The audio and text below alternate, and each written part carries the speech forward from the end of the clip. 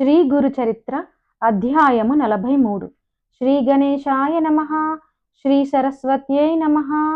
శ్రీ గురుభ్యో నమః. శ్రీ గురుడు సాయం దేవునితో చెప్పిన ఆ వ్రత విధానం సిద్ధయోగి ఇలా తెలిపారు. ఈ అనంత వ్రతం ఆచరించడం వలన ఎందరికో అభీష్టాలు సిద్ధించాయి.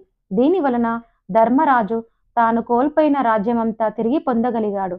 పాండుపుత్రుడైన ధర్మరాజు కపట జూదంలో ఓడిపోయి తన తమ్ముళ్లను ద్రౌపదిని తీసుకొని ఘోరమైన అడవి ప్రాంతాలకు వెళ్ళి ఎన్నో కష్టాలు అనుభవించాడు.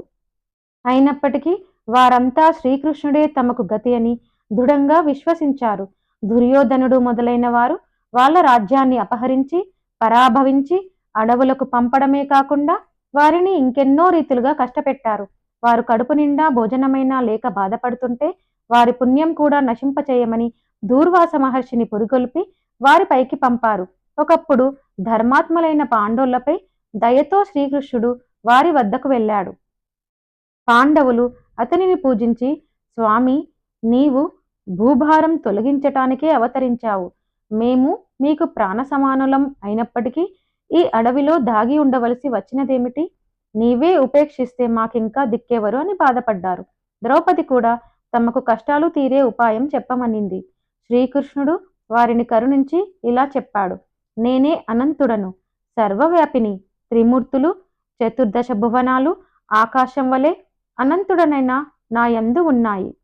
అట్టి సర్వాంతర్యామిగా అనంతుడుగా నన్ను గుర్తించి నిష్ఠగా వ్రతం చేసుకుంటే మీ అభిష్టాలన్నీ నెరవేరుతాయి, మీ కష్టాలు తీరుతాయి.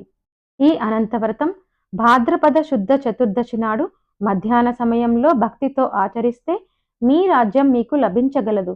పూర్వం కృతయుగంలో వశిష్ఠ గోత్రానికి చెందిన సుమంతుడు అనే ఋషి ఉండేవాడు. అతనికి సుశీల అనే కూతురు ఉండేది. ఆమె జన్మించిన కొద్ది కాలానికే అతని భార్య దీక్షాదేవి చనిపోయింది.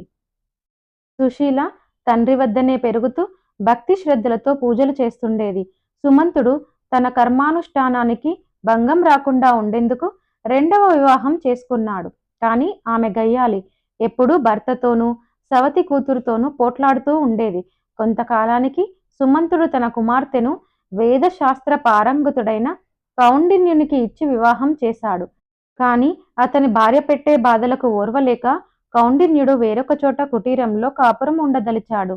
అయినా కూతురు కాపురానికి వెళ్లే రోజు కూడా దోవబత్తెనికి కించెత్తు పేలపిండి అయినా ఇవ్వటానికి ఆమె అంగీకరించలేదు. ఎలాగో ఆమె చూడకుండా సుమంతుడు కొద్ది గోధుమ పిండి మాత్రం ఒక ఆకులో కట్టి ఇచ్చి వారిని సాగనంపాడు. మరుసటి రోజు మధ్యాహ్నం ఒక ఏటి వద్ద ఆగి కౌండిన్యుడు స్నాన సంధ్యాదులు గావించుకున్నాడు. అక్కడ కొందరు స్త్రీలు ఎర్రని చీరలు కట్టుకొని కలశాలు పెట్టి పూజిస్తుంటే సుశీలాదేవి విచారించగా తాము అనంత వ్రతం చేస్తున్నట్లు చెప్పారు. ఆమె కోరిక మీదట ఒక ముత్తైదువ ఆ వ్రత విధానం ఇలా చెప్పింది. ప్రతి భాద్రపద శుక్ల చతుర్దశి నాడు 14 ముడులు వేసిన ఎర్రని తోరం సిద్ధం చేసుకొని ప్రవహించే నీటిలో స్నానం చేసి ఎర్రని చీర కట్టుకొని ఆకులతో ఒక కలశం స్థాపించాలి. ఒక కొత్త వస్త్రం మీద గంధంతో అష్టదళ పద్మం గీచి దానిపైన దర్భలతో చేసిన సర్పాకృతి ఉంచి శేషసాయి అయిన చతుర్భుజుని ద్వాదశాక్షరి మంత్రంతో కాని పురుష సూక్త విధానంతో కాని యథాశక్తి పూజించాలి. తరువాత ఆ తోరం కుడి చేతికి కట్టుకొని పాత తోరం విసర్జించాలి. తరువాత గోధుమ పిండి వంట నివేదించి దక్షిణతో సహా ఒక వేద విప్రునకు దానం ఇవ్వాలి. తరువాత యథాశక్తి బ్రాహ్మణులకు భోజనం పెట్టాలి. ఇలా 14 సంవత్సరాలు చేశాక 14 కుండలు దానమిస్తే అన్ని పురుషార్థాలు సిద్ధిస్తాయి. ఇలా చెప్పి ఆ ముత్తైదువ సుశీలా చేత ఆ అనంత వ్రతం చేయించింది. తర్వాత ఆమె తన భర్తతో కలిసి బయలుదేరింది. ఆ వ్రత మహిమ అన్నట్లు దారిలో ఒక పట్టణంలోని పౌరులు ఆ దంపతులకు ఎదురొచ్చి వారిని అక్కడే ఉండమని ప్రార్థించారు. అక్కడ కొంతకాలం కౌండిన్యుడు శ్రీమంతుడై సుఖంగా నివసించాడు. ఒక రోజున కౌండిన్యుడు తన భార్య చేతికి ఉన్న తోరం చూసి, ఇదేమిటి, నన్ను వశం చేసుకోవటానికి ఈ ఎర్రని తోరం ధరించావా ఏమి అని అడిగాడు. అది అనంత తోరమని, దాని మహిమ వల్లనే తమకు సిరి సంపదలు వచ్చాయని ఆమె చెప్పిన నమ్మక అతడు దానిని తెంచి నిప్పులో పడేశాడు. కొద్ది కాలంలో వారింట దొంగలు పడి సర్వం దోచుకుపోయారు.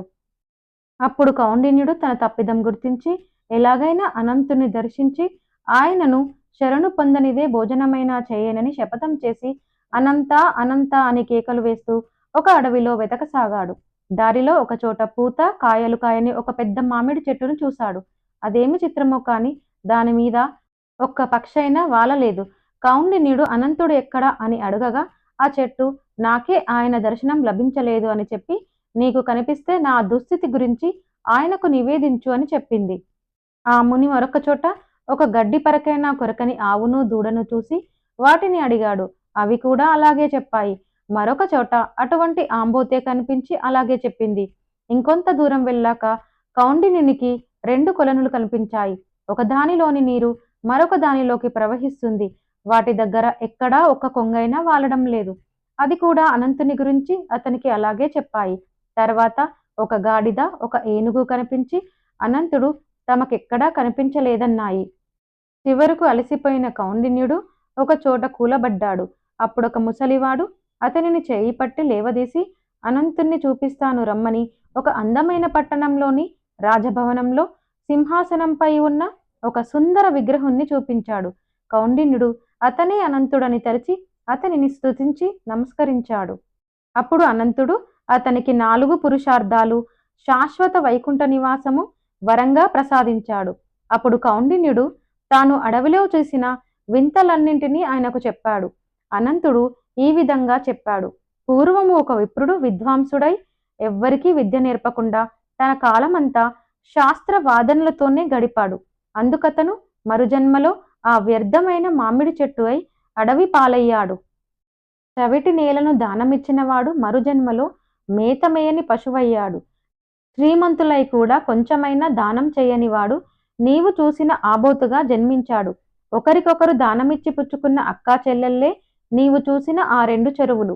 క్రోధం వహించిన వాడు గాడిదగాను, మదించి విచ్చలవిడిగా ప్రవర్తించిన వాడు ఏనుగుగాను జన్మించారు. నీవు పశ్చాత్తాపంతో పరిశుద్ధుడివి అయ్యావు కనుకే ఆ వృద్ధుడి రూపంలో నేనే నీకు దర్శనమిచ్చాను. అవన్నీ పశ్చాత్తాపంతో తమ దుస్థితి నీతో చెప్పుకొని నాకు తెలుపమని నిన్ను కోరినాయి కనుకనే వాటన్నిటికీ ముక్తి కలిగింది. నీవు పునర్వసు నక్షత్రమై శాశ్వతంగా ఆకాశంలో నిలుస్తావు అని అనంతుడు ఆశీర్వదించి పంపాడు. అప్పటి నుండి సుశీలాదేవి కౌండిన్యుడు సుఖంగా జీవించి తర్వాత వైకుంఠానికి వెళ్లారు. శ్రీకృష్ణుడు చెప్పిన ఈ కథ విని పాండవులు అనంతవ్రతం ఆచరించి అనంతుని కృప వలన యుద్ధంలో శత్రువులను ఓడించి మరలా రాజ్యం సంపాదించుకోగలిగారు. నమ్మి ఈ వ్రతం ఆచరించి సత్ఫలితం పొందని వారు లేరు. కనుక సాయం దేవా నీవు కూడా నీ గోత్ర ఋషి అయిన కౌండిన్యుని వలె ఆ వ్రతం ఆచరించు. ముందు ముందు నాగనాథుడు అతని సంతతి వారు నిష్ఠతో ఈ వ్రతం ఆచరించి శ్రీ గురుణ్ణి పూజించి అచ్చటి బ్రాహ్మణులకు సన్యాసులకు సంతర్పణ చేశారు. తర్వాత అతడు తన భార్యా బిడ్డలను ఇంటి వద్ద దించివచ్చి తన జీవిత శేషమంతా గురుసేవలోనే గడిపి తరించాడు. అందువల్లనే నీకీనాడు కల్పవృక్షం వంటి శ్రీగురు చరిత్ర లభించింది. అతడి వంశంలో జన్మించినందుకు నీవు ఎంతో ధన్యుడవు. శ్రీదత్తాయ గురవే నమః. శ్రీ శ్రీపాద శ్రీవల్లభాయ నమః. శ్రీ నృసింహ సరస్వత్యై నమః.